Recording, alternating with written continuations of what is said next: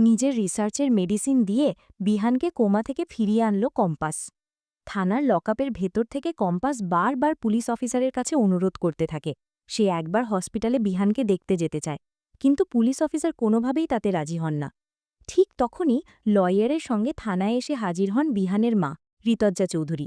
তিনি পুলিশ অফিসারকে সাফ জানিয়ে দেন, আমি কোর্ট থেকে পারমিশন নিয়ে এসেছি, কম্পাস হসপিটালে তার হাজব্যান্ডের সঙ্গে দেখা করতে যেতে পারবে। লয়ারের হাত থেকে পারমিশন লেটার পেয়ে পুলিশও আর বাধা দেয় না।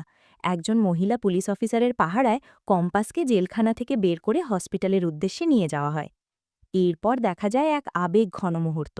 বিহানের মা ঋতজ্জা চৌধুরীর কাছে বিহানের অসুস্থতার সব কথা জানতে পেরে কম্পাস পুরোপুরি ভেঙে পড়ে।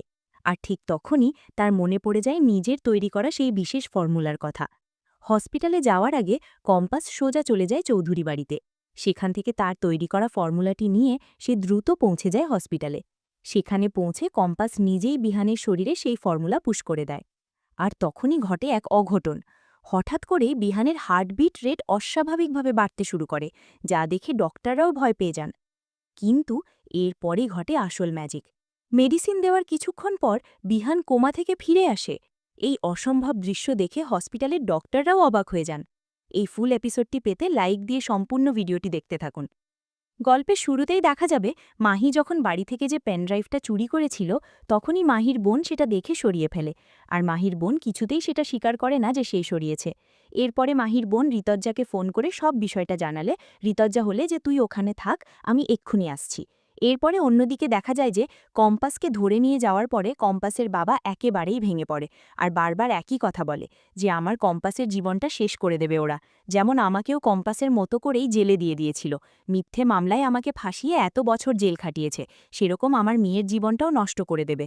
আমি কিছুই করতে পারলাম না, আমার মেয়ের জীবনটা এভাবে নষ্ট হয়ে যাক সেটা আমি চাই না। এরপরেই দেখা যায় থানায় কম্পাস বসে ভাবতে থাকে যে আমি কি করে বিহান স্যারকে বাঁচাবো। বিহান স্যারের সঙ্গে আমার অনেক কথা আছে, অনেক বোঝাপড়া আছে। উনি আমার সঙ্গে কথা না বলে এভাবে চলে যেতে পারে না। ওনাকে আমাকে জানতেই হবে যে ওনাকে কি বিষাক্ত কেমিক্যালের ধোঁয়ায় উনি অসুস্থ হয়েছে, না হলে তো ওনাকে বাঁচানো যাবে না। আমি একমাত্র যে বুঝতে পারবো, কিন্তু মাও তো আমার কাছে আসছে না যে আমি মার সঙ্গে এসব কথা শেয়ার করব। এরপরেই দেখা যায় যে ঋতজ্জা বাড়িতে চলে যায়, আর তখনই দেখা যায় যে মাহির বোনের কাছ থেকে পেনড্রাইভটা নিয়ে চলে আসে থানায়। আর সেখানে এসে পুলিশ অফিসারকে সব কিছু বিষয়টা খুলে বলে। তখন অফিসার বলে, নিজের ছেলেকে মেরে অখিলেশবাবু এইরকম একটি জঘন্য খেলায় মেতে উঠতে পারে, এটা আসলে ওনাদেরকে না দেখলে বুঝতে পারতাম না। ওনাদের এবার আর ছাড় দেব না, ওনারা অনেক খেলে ফেলেছে, আর কিচ্ছু করতে পারবে না। এরপরেই ঋতজ্জা বলে যে কম্পাসকে ছেড়ে দিন, কম্পাস কিচ্ছু করেনি, এই বিষয়ে কম্পাস কিছুই জানত না। তখনই অফিসার বলে, চিন্তা করবেন না, আমি কম্পাস ম্যাডামকে ছেড়ে দেব। আমি আসল অপরাধীকে ঠিক অ্যারেস্ট করে নেব, কারণ ওরা তো এদেশের শত্রু, এদেশের শত্রুর মতো কাজ করছে, ওদের তো ছেড়ে দেওয়া যাবে না।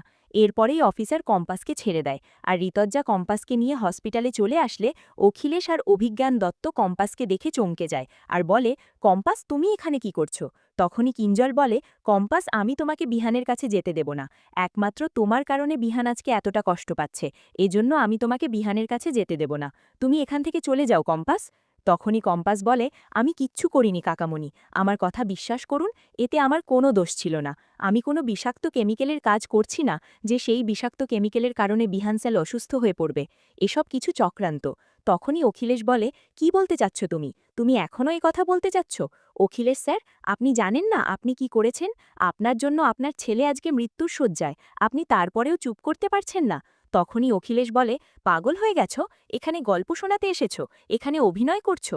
এখানে অভিনয়ের কোনো কারণ নেই, কারণ সিকিউরিটি গার্ড তোমাকে দেখেছে, তুমি কিছু লোক নিয়ে ওই ল্যাবে কাজ করো, তুমি আর জিত, তোমাদেরকে আর ছাড়া যাবে না। তখনই কম্পাস বলে, হ্যাঁ আমরা কাজ করেছি, কিসের জন্য কাজ করেছি সেটা বলুন। তখনই অখিলেশ বলে, সেটা আমরা কি করে বলবো? তুমি বলো, তুমি কিসের এত বিষাক্ত কেমিক্যালের কাজ করেছো যার কারণে আমার ছেলের আজকে এই অবস্থা? তখনই কম্পাস বলে, আপনি খুব ভালো করে জানেন যে আমি কি কাজ করেছি, তারপরেও এরকম কথা বলতে আপনার মুখে বাজছে না?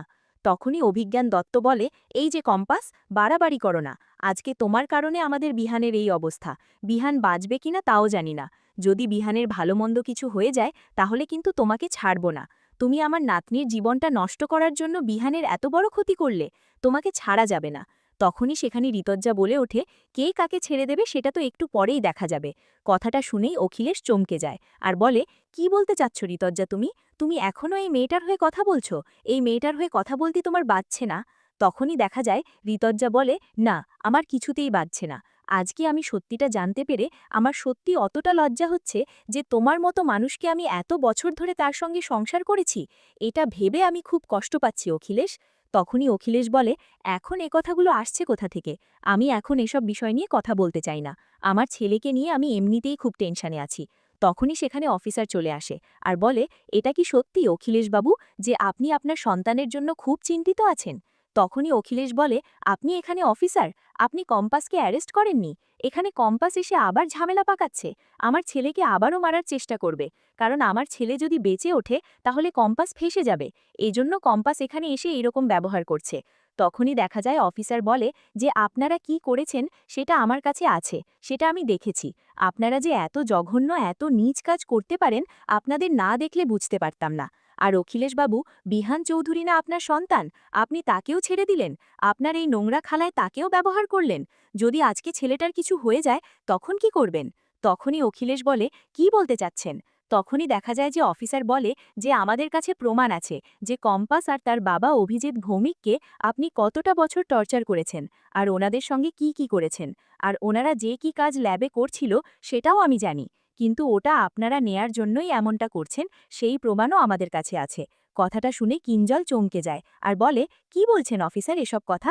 তখনই দেখা যায় ঋতজ্জা বলে, হ্যাঁ কিঞ্জল, এখানে কি হয়েছে তুমি তো বিষয়টা জানো না।